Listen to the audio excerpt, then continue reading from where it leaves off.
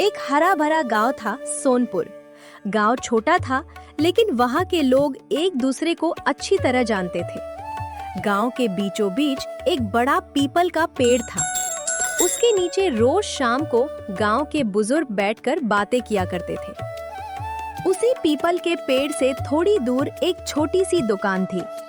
दुकान के ऊपर बड़ा सा बोर्ड लगा था, बंसीलाल स्पेशल बिरयानी, एक बार खाओ बार बार आओ। लेकिन गांव में लोग मजाक में कहते थे, एक बार खाओ फिर कीमत सुनकर दोबारा मत आओ, क्योंकि बंसीलाल की बिरयानी सच में स्वादिष्ट थी, लेकिन उसकी कीमत भी उतनी ही तेज थी। सुबह होते ही बंसीलाल अपनी दुकान खोल देता। गोपाल, अरे ओ गोपाल, कहाँ मर गया? सूरज सिर के ऊपर आ गया और तू अभी तक चावल नहीं धो पाया। मालिक, अभी तो सूरज निकला ही है। मुझे जवाब मत दे। मैंने तुझे काम करने के लिए रखा है या सूरज देखने के लिए? मालिक, मैं अभी चावल धो देता हूँ। और सुन, चावल ज्यादा मत धोना। क्यों मालिक? क्योंकि ज्यादा पानी में चावल फूल जाएंगे। चावल ज्यादा फूल गए तो 1 किलो चावल में कम से कम 2 कटोरी ज्यादा बिरयानी बन जाएगी। मालिक, बिरयानी ज्यादा बनेगी तो फायदा ही होगा ना। अरे बुद्धू, ज्यादा बिरयानी बनेगी तो ज्यादा लोगों को खिलानी पड़ेगी। और मैं इतना बड़ा दानवीर दिखता हूँ क्या? लेकिन मालिक, ग्राहक पैसे देकर खाते हैं। यही तो बात है, ग्राहक पैसे देकर खाते हैं, इसलिए उन्हें जितना कम देना पड़े उतना अच्छा, समझा? कुछ देर बाद रामू वहां आया। बंसीलाल, आज कितने की बिरयानी है? तुम्हारे लिए 100 रुपए प्लेट। कल तो 80 रुपए की थी। कल चावल 80 रुपए किलो थे, आज महंगे हो गए। लेकिन ये चावल का बोरा तो कल ही आया था। तू बिरयानी खाएगा या मेरा हिसाब किताब देखेगा?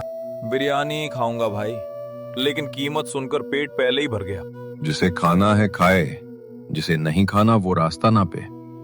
मेरी दुकान है, मेरा भाव है। भाव तुम्हारा है, लेकिन ग्राहक भी हमारा है। रामू, ज्यादा मजाक मत कर। रामू हंसते हुए वहां से चला गया। बंसीलाल बाहर से बिरयानी बेचता था, लेकिन अंदर से वह लोगों को ठगने का तरीका खोजता रहता था। वह अच्छे चावल ऊपर रखता और नीचे सस्ते टूटे हुए चावल मिला देता। अच्छे मसाले की जगह कम कीमत वाला मसाला डालता। और सबसे बड़ी बात, वह प्लेट छोटी करता जा रहा था। बंसी, प्लेट इतनी छोटी क्यों कर दी? छोटी नहीं हुई काका, आपकी भूख बड़ी हो गई है। अरे बेटा, मेरी उम्र 60 साल हो गई, भूख तो पहले से कम हो गई। तो फिर शिकायत किस बात की? किसान ने सिर हिलाया और चला गया। माधव यह सब देख रहा था। उसे बंसीलाल का व्यवहार पसंद नहीं था, लेकिन उसने कभी किसी के काम में बेवजह दखल नहीं दिया। एक दिन माधव की दुकान पर हरिया काका आए। माधव बेटा, आजकल गांव के लोग बंसीलाल की बिरयानी को लेकर परेशान हैं। क्या हुआ काका? कहते हैं कि पैसे पूरे लेता है और बिरयानी आधी देता है। अगर ऐसा है तो लोग उसकी दुकान से खाना बंद कर दें। बात सिर्फ इतनी नहीं है, वह गरीबों को भी धोखा देता है। कल दमदाराम ने अपनी बेटी के लिए 4 प्लेट बिरयानी खरीदी। उसने पैसे पूरे दिए, लेकिन बंसीलाल ने 3 प्लेट दी और कहा कि चौथी प्लेट रास्ते में गिर गई होगी। लेकिन गंगाराम तो दुकान से सीधे घर गया था। यही तो बात है। काका, अगर सच में ऐसा हो रहा है तो एक दिन उसका सच सामने जरूर आएगा। सच अपने आप सामने आए तब तक कई लोगों का नुकसान हो चुका होगा। अगले दिन दोपहर में एक छोटा लड़का बंसीलाल की दुकान पर आया। उसके हाथ में कुछ सिक्के थे। बंसी चाचा, मुझे 1 प्लेट बिरयानी देना। इतने पैसे में पूरी प्लेट नहीं मिलेगी। लेकिन चाचा, मेरे पास इतने ही हैं। तो इतने में जितनी मिलेगी उतनी ले जा। थोड़ी ज्यादा दे दो ना चाचा, आज मेरी माँ की तबीयत ठीक नहीं है, वह बिरयानी खाना चाहती है। मैं यहाँ मुफ्त में बिरयानी बांटता हूँ क्या? उसी समय माधव वहाँ पहुँचा। ये पैसे पूरे मैं दे देता हूँ, बच्चे को 1 पूरी प्लेट दे दो। तुम हर जगह दानवीर बनने क्यों आ जाते हो? दानवीर नहीं हूँ, बस बच्चे की माँ बीमार है। तो तुम घर से बिरयानी बनाकर क्यों नहीं भेज देते? बंसी, पैसे ले लो और पूरी प्लेट दे दो। बंसीलाल ने चुपचाप छोटू को बिरयानी दे दिया। छोटू, अपनी माँ को कहना कि खाना धीरे धीरे खाएं। माधव भैया, आपने मेरे लिए पैसे क्यों दिए? क्योंकि तुम्हारी माँ को आज बिरयानी चाहिए थी। आप बहुत अच्छे हो भैया। माधव मुस्कुरा दिया और दोनों अपने अपने रास्ते चल दिए। लेकिन माधव के मन में बंसीलाल की करतूत घूम रही थी। उसी समय माधव दुकान की ओर से गुजर रहा था। माधव गांव का सीधा सादा आदमी था। उसके पास ज्यादा पैसा नहीं था, लेकिन लोग उसकी ईमानदारी की मिसाल दिया करते थे। माधव ने पेड़ के पास खड़े होकर बंसीलाल और गोपाल की बात सुन ली। शाम को माधव अपनी दुकान बंद करके घर लौट रहा था। रास्ते में उसे बंसीलाल की दुकान के पीछे से आवाज सुनाई दी। वो रुक गया। माधव खिड़की से अंदर बंसीलाल और गोपाल क्या बात कर रहे थे, उन्हें चुपके से सुनता है। गोपाल, कल से प्लेट में चावल और कम रखना। मालिक, पहले ही कम है। ग्राहक को पता नहीं चलता। लेकिन मालिक, कुछ लोग शिकायत कर रहे हैं। शिकायत करने दो। जब तक लोग खाना खरीद रहे हैं, हमारी कमाई चलती रहेगी। मालिक, ये ठीक नहीं है। तुझे नौकरी करनी है या मुझे ईमानदारी सिखानी है? मैं तो बस कह रहा था। देख गोपाल, दुनिया में सीधा आदमी सबसे पहले पिसता है। पैसा चाहिए तो दिमाग चलाना पड़ता है। माधव ने सब सुन लिया। वो बिना आवाज के वहां से निकल गया। बंसीलाल को सिर्फ पैसा दिखाई देता है। उसे ये नहीं दिखाई देता कि उसके लालच से कितने लोगों का नुकसान हो रहा है। सुबह माधव बंसीलाल की दुकान पर गया। बंसी, मुझे तुमसे कुछ बात करनी है। बोलो। लोग कह रहे हैं कि तुम बिरयानी कम देते हो और पैसे पूरे लेते हो। लोगों का काम ही बोलना है। लेकिन बात सच है। तुम्हें क्या परेशानी है? परेशानी ये है कि गरीब लोगों को धोखा देना गलत है। मैं किसी के घर जाकर पैसे नहीं मांगता।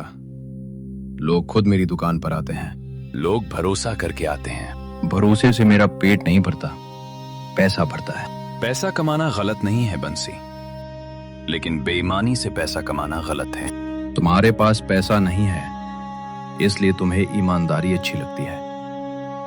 गरीबी और ईमानदारी का कोई संबंध नहीं। गरीब आदमी भी ईमानदार हो सकता है और अमीर आदमी भी बेईमान। मुझे भाषण मत दो। मैं भाषण नहीं दे रहा, आखिरी बार समझा रहा हूं। लोगों को धोखा देना बंद कर दो। और अगर नहीं किया तो? फिर तुम्हारा लालच ही तुम्हें सबक सिखाएगा। जाओ माधव, मुझे डराने की कोशिश मत करो। माधव चला गया। उस रात माधव बहुत देर तक सोचता रहा। अगर मैं पंचायत में शिकायत करता हूं तो बंसीलाल सबूत मांगेंगे। अगर मैं लोगों को समझाता हूं तो वे फिर भी उसकी बिरयानी खाने चले जाएंगे। आखिर ऐसा क्या किया जाए कि उसकी बेईमानी का सच सबके सामने आए? नहीं, किसी की चीज चुराना सही नहीं है, लेकिन अगर उसकी बिरयानी गायब हो जाए और उसे नुकसान हो तो शायद उसे समझ आए, नहीं, मैं भी अगर चोरी करूंगा तो मेरे और उसके बीच फर्क क्या रह जाएगा। लेकिन अगले दिन बंसीलाल ने फिर गरीब ग्राहकों को ठगा। एक किसान से 5 प्लेट के पैसे लेकर 4 प्लेट दी। एक महिला को कम चावल दिए। एक बूढ़े से ज्यादा पैसे लिए। माधव का धैर्य टूटने लगा। उसी सुबह हरिया काका ने कहा, बेटा माधव, बुराई को रोकने के लिए कभी कभी चालाकी करनी पड़ती है, लेकिन चालाकी और बेईमानी में फर्क होता है। काका, क्या मैं उसकी बिरयानी चुरा लूं? नहीं बेटा, चोरी समाधान नहीं है। तो फिर क्या करूं? ऐसा सबूत जुटाओ कि वह खुद अपनी बेईमानी स्वीकार करे। काका, अगर मैं उसकी बिरयानी चुराने का नाटक करूं तो? नाटक? हाँ, बिरयानी गायब होगी लेकिन किसी को नुकसान नहीं होगा और उसी बहाने बंसीलाल का असली हिसाब सामने लाया जा सकता है। अगर तुम्हारा मकसद उसका माल हड़पना नहीं बल्कि सच सामने लाना है तो योजना बहुत सावधानी से बनानी होगी। अगली रात बंसीलाल ने दुकान बंद की। उसने बड़ी लोहे की हांडी में लगभग पूरी बिरयानी भरकर रखी थी। सुबह गांव में मेले जैसा माहौल था। बंसीलाल को उम्मीद थी कि वह खूब पैसे। गोपाल, हांडी अंदर रखना, कल बहुत बिक्री होगी। जी मालिक। और ध्यान रखना कोई हाथ न लगा दे। जी। रात को गांव शांत हो गया। माधव अपने घर से निकला। उसने रास्ते में किसी को नुकसान नहीं पहुंचाया। वो चुपचाप बंसीलाल की दुकान के पास पहुंचा। उसका मकसद हांडी लेकर भागना नहीं था। उसने सिर्फ हांडी को दुकान के पीछे पुराने खाली कमरे में रख दिया, जिसे बंसीलाल कई महीनों से इस्तेमाल नहीं करता था। फिर वहां एक कागज छोड़ दिया। कागज पर लिखा था, लालच की हांडी चोरी हो गई। माधव वापस घर चला गया। सुबह होते ही गांव में हंगामा मच गया। अरे मेरी बिरयानी, मेरी पूरी हांडी चोरी हो गई। क्या हुआ मालिक? चोरी हो गई, मेरी पूरी बिरयानी चोरी हो गई। किसने चोरी की? ये देख, कागज कुछ में लिखा है। लालच की हांडी चोरी हो गई। ये किसने लिखा है? पता नहीं। कुछ ही देर में गांव के लोग जमा हो गए। क्या हुआ बंसी, आज बिरयानी नहीं बेचोगे? मेरी बिरयानी चोरी हो गई। अरे बिरयानी भी चोरी होने लगी? मजाक मत कर। मजाक नहीं कर रहा, सोच रहा हूँ चोर बिरयानी लेकर गया होगा या पहले बैठकर खाई होगी। चुप रहो। गोपाल, जी मालिक। तूने चोरी की? मालिक मैं तो पूरी रात घर पर था। तुझे मेरी बिरयानी बहुत पसंद है। पसंद है, लेकिन चोरी नहीं करूंगा। फिर कौन करेगा? शायद कोई ऐसा चोर होगा जिसे बिरयानी से बहुत प्यार हो। रामू। अच्छा भाई चुप। बंसीलाल की नजर माधव पर पड़ी। माधव, क्या हुआ? तू कल मेरे पास आया था। हाँ, तूने मुझे धमकी भी दी थी। मैंने कहा था कि बेईमानी बंद करो। और आज मेरी बिरयानी चोरी हो गई। तो मुझे शक है कि चोरी तूने की है। अगर तुम्हें लगता है कि मैंने चोरी की है तो सबके सामने साबित करो। तू स्वीकार क्यों नहीं कर लेता? क्योंकि मैंने तुम्हारी बिरयानी नहीं चुराई। सरपंच के सामने मामला बंसीलाल सीधे सरपंच के पास गया। सरपंच जी, मेरी पूरी बिरयानी चोरी हो गई है। किसने चोरी की? मुझे माधव पर शक है। माधव, तुम कुछ कहना चाहते हो? मैं इतना ही कहूंगा कि मैंने बिरयानी अपने घर नहीं रखी। तुमने चोरी की? मैंने बंसीलाल की बिरयानी को उसके घर से हटाया जरूर है, लेकिन उसे खाने या अपने पास रखने के लिए नहीं। तो चोरी तूने ही की? हाँ, हांडी मैंने हटाई थी। अरे माधव, तुमने तो सच में चोरी कर दी। लेकिन मेरी बात पूरी सुनो। बोलो। मैंने बिरयानी चुराई, ये गलत था। मैं ये नहीं कहता कि मेरा तरीका सही था, लेकिन मैंने वो बिरयानी अपने घर नहीं रखी। मैंने उसे ऐसी जगह रखा है जहां कोई उसे खा नहीं सकता। मेरी बिरयानी वापस करो। जरूर करूंगा, लेकिन पहले एक सवाल का जवाब दो। क्या? तुम एक हांडी बिरयानी से कितना पैसा कमाने वाले थे? लगभग 5,000 रुपए। और उसमें तुम्हारा खर्च कितना था, बताओ? लगभग 2,000। तो 3,000 रुपए बचते। हाँ। और अगर तुम हर दिन इसी तरह ग्राहकों को कम बिरयानी देकर पैसे ज्यादा लेते हो तो एक महीने में कितना कमाते हो? बंसीलाल ने कुछ नहीं कहा। यही तुम्हारी असली चोरी है बंसीलाल। तुम दूसरों की जेब से रोज थोड़ा थोड़ा चुराते हो। मेरी दुकान है, मैं जैसा चाहूं वैसा बेचूं। अपनी दुकान में कीमत तय करना तुम्हारा अधिकार है, लेकिन ग्राहक से जितना कहो उतना देना भी तुम्हारी जिम्मेदारी है। बंसी, माधव की बात गलत नहीं है। मुझसे भी पिछले हफ्ते 5 प्लेट के पैसे लेकर 4 प्लेट दी थी। मेरे साथ भी यही हुआ। ये सब सच है। तू भी मेरे खिलाफ? मालिक, मैं आपके खिलाफ नहीं हूँ, लेकिन झूठ के साथ भी नहीं हूँ। गोपाल, तुम्हें क्या क्या पता है? मालिक रोज चावल कम करने को कहते हैं। कभी प्लेट छोटी करते हैं, कभी 2 प्लेट के पैसे लेकर 1.5 प्लेट देते हैं। कई बार मसाले में सस्ता मसाला मिलाया जाता है। झूठ बोल रहा है। अगर झूठ बोल रहा हूँ तो दुकान का सामान जांच लीजिए। सरपंच ने दुकान की जांच करवाई। चावल के बोरे खोले गए, मसाले देखे गए, मापने वाले बर्तन देखे गए और लोगों ने देखा कि बंसीलाल सच में कम मात्रा के बर्तन इस्तेमाल कर रहा था। बंसीलाल ने गलत किया है, लेकिन माधव, तुम्हारा तरीका भी गलत था। किसी की चीज बिना अनुमति लेना चोरी ही कहलाता है। मैं अपनी गलती मानता हूँ। बेटा, तुम्हारा मकसद अच्छा था, लेकिन अच्छा मकसद गलत तरीका सही नहीं कर देता। सरपंच जी, मुझे समझ आ गया। मुझे मेरी बिरयानी चाहिए। चलो, मैं अभी दिखा। वो सबको लेकर दुकान के पीछे पुराने कमरे तक गया। दरवाजा खोला गया। अंदर वही हांडी रखी थी। बंसीलाल ने राहत की सांस ली। मेरी बिरयानी। 1 मिनट। अब क्या?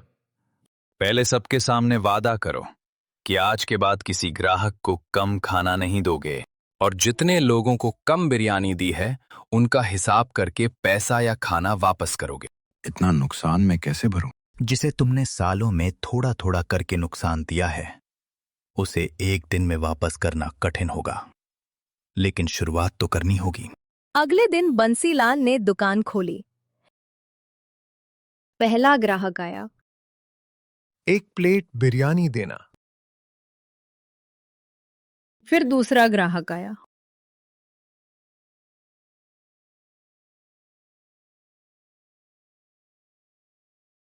दिन भर ऐसा ही चलता रहा। शाम को बंसीलाल ने हिसाब देखा। उसकी कमाई पहले से कम थी। वो परेशान हो गया। इतना कम पैसा? मालिक, अब आप कम बिरयानी नहीं दे रहे हैं तो कमाई भी सही हो गई। मैंने इतने साल गलत तरीके से पैसा कमाया। अगर मैं ईमानदारी से काम करूंगा तो पैसा कम होगा, लेकिन शायद चैन ज्यादा मिलेगा। अरे बंसी, आज सूरज पश्चिम से निकला क्या? नहीं रामू, बस दिमाग सही दिशा में निकल आया। मतलब ये कि अब किसी को कम खाना नहीं मिलेगा। तो मेरी प्लेट? अरे वाह, आज तो प्लेट सच में पूरी है। हाँ, और अगर कम लगे तो बोल देना। नहीं भाई, आज पहली बार लग रहा है कि तुम्हारी बिरयानी के साथ ईमानदारी भी मिली है। कुछ दिनों बाद बंसीलाल खुद माधव की दुकान पर गया। माधव, अरे बंसी, आओ। मैं तुमसे माफी मांगने आया हूँ। किस बात की? मैंने तुम्हें गरीब समझकर तुम्हारी ईमानदारी का मजाक उड़ाया था। मैंने सोचा था कि पैसा ही सबसे बड़ी चीज है, लेकिन जब मेरी बिरयानी गायब हुई तब पहली बार मुझे समझ आया कि चीजें खोने का दर्द क्या होता है। और मुझे भी अपनी गलती समझ आई। तुमने मेरी बिरयानी छिपाकर सही नहीं किया। मैं मानता हूँ, लेकिन अगर तुमने ऐसा नहीं किया होता तो शायद मैं अपनी गलती कभी नहीं देख पाता। सबक मिल गया तो अच्छा है। तुम्हारे चोरी हुए सामान का नहीं, ये उन लोगों के पैसे हैं जिनसे मैंने गलत तरीके से कमाए पैसे वापस करने शुरू किए हैं। एक शाम गांव में पंचायत बैठी। अब बंसीलाल की दुकान से किसी को शिकायत है? नहीं। शिकायत है। क्या शिकायत है? पहले बंसीलाल की बिरयानी खाते समय डर लगता था कि प्लेट में खाना कम निकलेगा। अब डर लगता है कि कहीं पेट ही कम ना पड़ जाए। रामू, तुम्हारा पेट कभी कम नहीं पड़ता। अरे माधव, अच्छी बिरयानी के सामने पेट भी ईमानदार नहीं रहता।